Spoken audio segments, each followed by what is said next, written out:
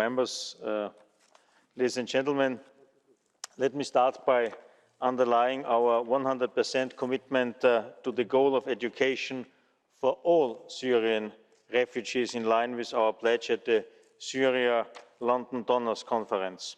It's absolutely essential that we don't lose a generation of displaced Syrian children. First and foremost, this is important for the well-being of the children themselves. It's also crucial for regional stability, for the eventual recovery of Syria from this crisis, as well as, let's face it, in our own interest over the long term. Where there are needs, we are responding, and we are ready, if necessary, to do more.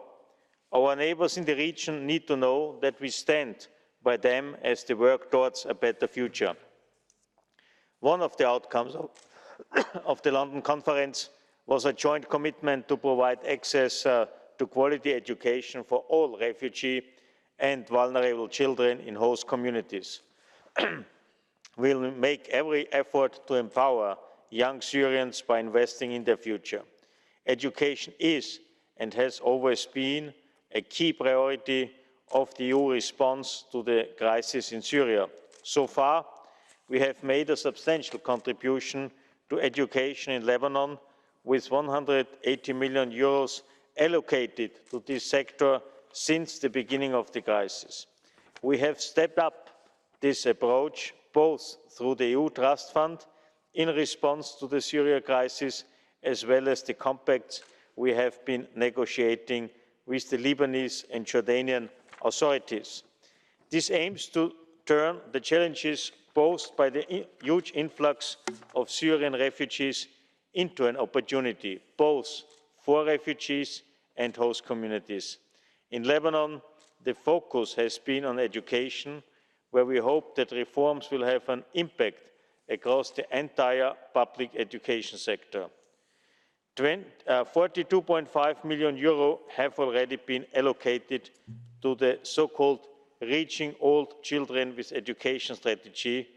The abbreviation for it is RACE, I think a good one, called RACE program, designed by the Lebanese Ministry of Education.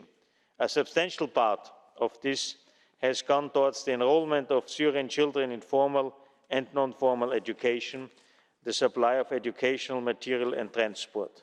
I am pleased to say that this coming school year is already well funded, and we will be able to cover school fees for over 168,000 Syrian children in formal education. I must stress, however, that money alone will not solve the problem of access to education. There are still serious legal, administrative and technical barriers. These include the lack of residency status, the distance between where refugees live and the schools that service them, but also, unfortunately, harassment and discrimination, which has been documented in last summer's Human Rights Watch report. The problem of residency status is a serious one and has a clear impact on freedom of movement of refugees and leads to exploitation, including child labour. This is why we have placed this at the core of the EU-Lebanon Compact. In exchange for the considerable financial support being offered by the European Union, Lebanon has agreed to provide an appropriate and safe environment for refugees.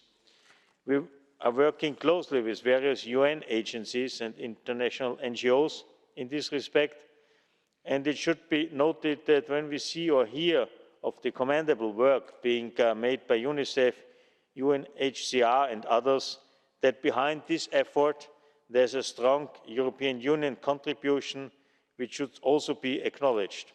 Although not directly linked with the subject we are dealing with today, I should also mention the humanitarian initiative launched by my colleagues Mogherini and Stylianides over the past few days.